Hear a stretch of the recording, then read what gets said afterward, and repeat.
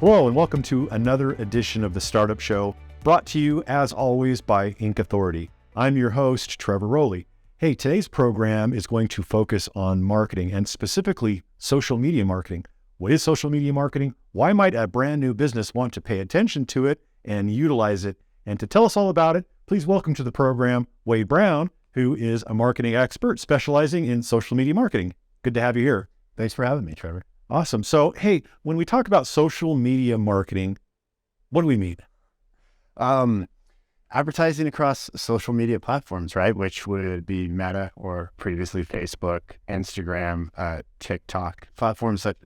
Yeah. And why would a brand new business owner want to utilize those platforms? I mean, I get it. As a brand new business owner, I want to get my name out there, and I think instantly, SEO, Google, AdWords searches, things like that. But what does social media bring into play that I might be otherwise missing? Yeah, new audience reach and engagement with your customers in more of a conversational format, right? So it lends itself to advertising as well as customer service and brand awareness and information plays, right? So educating, engaging with your existing audience, reaching new customers, as well as, through direct messaging, you inevitably get the customer service and support. Right. And you've established an entire career in marketing. You've worked with consumer products. Now you're working with Inc. Authority and bringing business services to the worldwide community. What are some of the things that you've captured along the way in terms of how to get a brand new business, a new brand out there? Great question. Probably the most valuable thing I've learned is trying to produce tons of great content when you have no audience, right? So for me, one of the best things you can do is when you establish your Facebook, your TikTok, right? You get your presence out there. Is you want to have a baseline, maybe a post every now and then, one or two a week at the most, especially when you have hardly any audience, but you should shift focus to the new customer acquisition and building that audience, right? So I think the biggest mistake I always notice is building tons of content, blogs, and you have 100 followers, right? So I think focusing on getting the presence, then getting a base level of content, and then how are you going to grow your audience through contests, promotions, blogs, and then advertising is essentially what you want to do. And then, so that would be the biggest mistake. Yeah. People are looking for value, right? They're looking for content. They're, in addition to just getting their name out there. And I think for business owners, understanding, where are the platforms that people who might be interested in my goods and services, what is it that they're looking at? What is it they're viewing is really important, right? And for a lot of us that might be a little bit older like me, maybe I'm not as familiar with some of these newer platforms. They're not even new anymore. They're just something that maybe I'm not familiar with, but they're out there, and there are consumers out there who have disposable income who are viewing content on these pages, and they're clicking and buying from these pages, right? So what if I start a new business and I want to get out there and I want to use TikTok, for example, and I want to try and bring in leads or sell products? I mean, what does that look like? What would be the steps it would take to actually get me and my new business on TikTok? Another great question. Something I would preface that is when you talked about different platforms, they usually have different purposes, right? Like Pinterest, image-based, TikTok, video-based, so forth and so on. To your point about TikTok, typically you're going to see a younger demographic, right? Video-based ads and content. So usually with TikTok, you're going to have your branded account, right?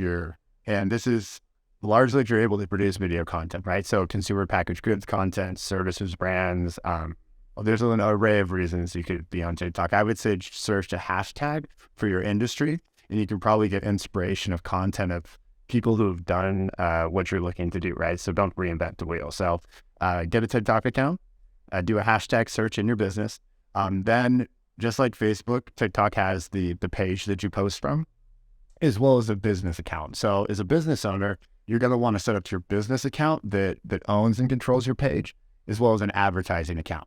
And then that way you can operate your ads as well as your branded presence and page, all from the back end of TikTok business. So that's pretty much the part. All right, and then is it just as simple as I don't know, using your cell phone or another camera and just start to record content. And when you do, and you post the content, how do you create calls to action to get people to actually take advantage of whatever it is you're trying to sell? It is as easy as using your cell phone. One of the things that has happened in the past number of years is authentic content, right? People have kind of actually shied away from using so much in studio, professionally edited content. So a lot of what you see on TikTok is actually people talking into their cell phones, kind of, I would say, unprofessionally and grainy, if you will. But that's where finding really what's working in your industry, what do you see in it, and then producing content that matches that. The format is usually you want to stop right with some hook. Hey, are you interested in this? Have you ever, TikTok made me buy it, consumer packaged goods, ones you've probably heard, or 3 ways to save money, and then you talk insurance services, or 3 things I didn't know about lawn care, whatever that might be. Then the content of the video that speaks to probably what your service and hooks and offering are.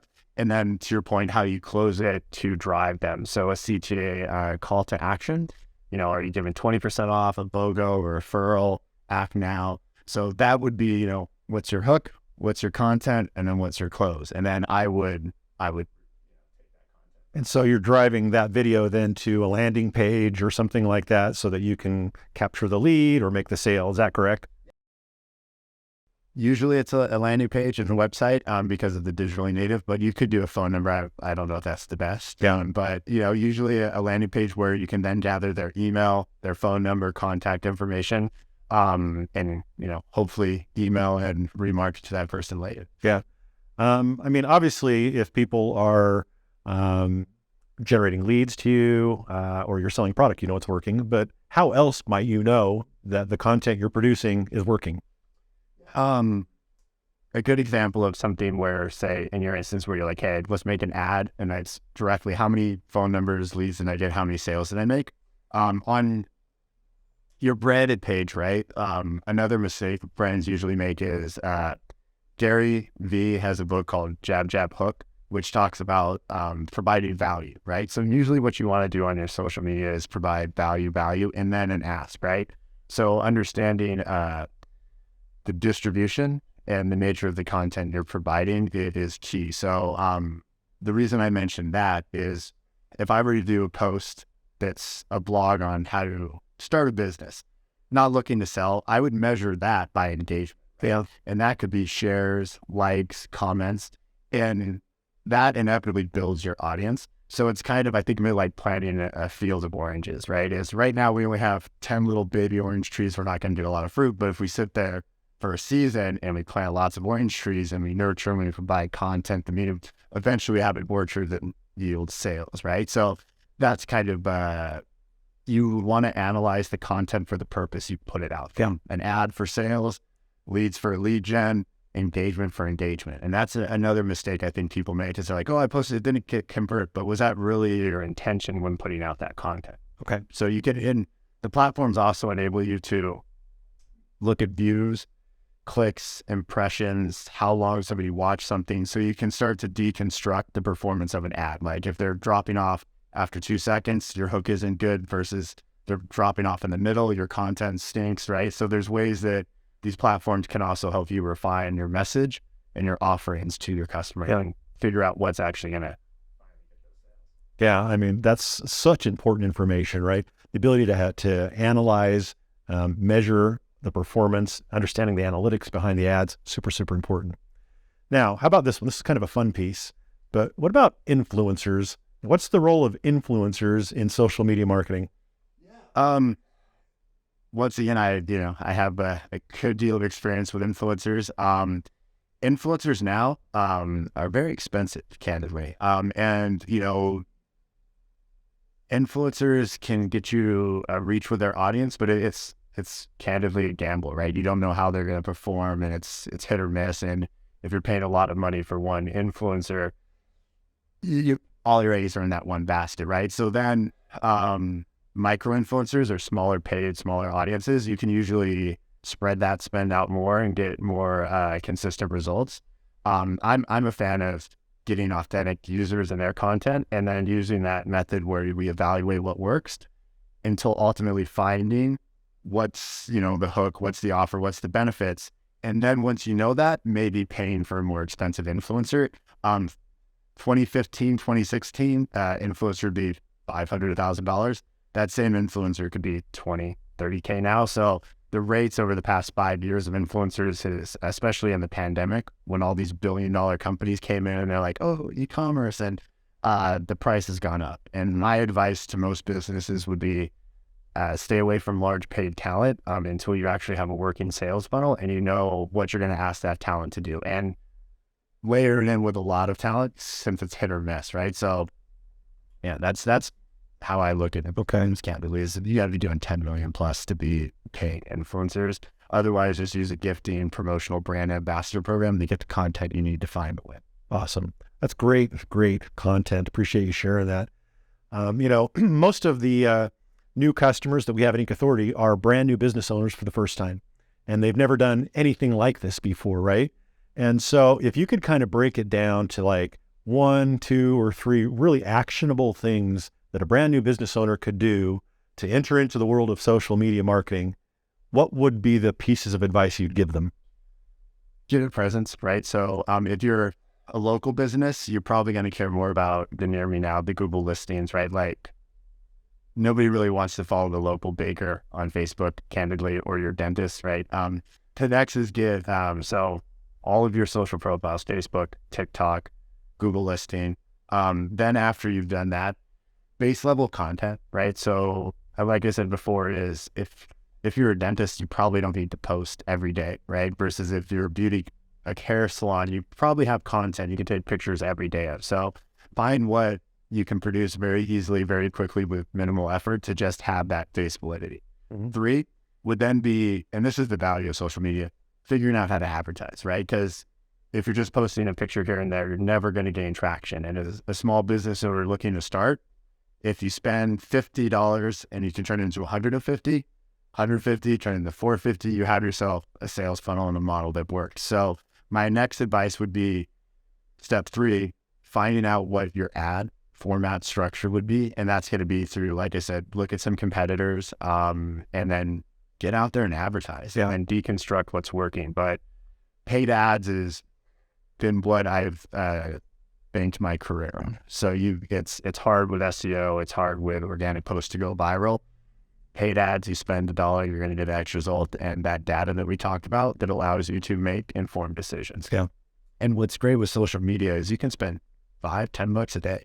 So you can really reach new customers for a very small amount and get those insights. And if you're not seeing results very quickly, adjust new content. So start small, start intelligently, and then just wait till you find that win and then start to reiterate on those findings. Yeah. Awesome. Well, this has been fantastic content, very valuable. I've learned a lot today, and I hope all of you have learned a lot also. Appreciate Wade having you on the program today. If you'd like to learn more, give us a ring, call us, reach out to us, incauthority.com, call the number that you see on the screen. Talk to one of our business advisors. They can help you through the process of perhaps getting a website up and running for yourself, maybe taking advantage of some modules like Near Me Now so that you can start doing some social media advertising and sending traffic to your website to increase your leads and increase your sales. Hey, if you've enjoyed the program today, we'd really appreciate it if you would hit the like button and make sure that notification bell is turned on so you don't miss any of our future content. Appreciate you joining us today. Until next time, this is Trevor Rowley with the Business Startup Show saying goodbye.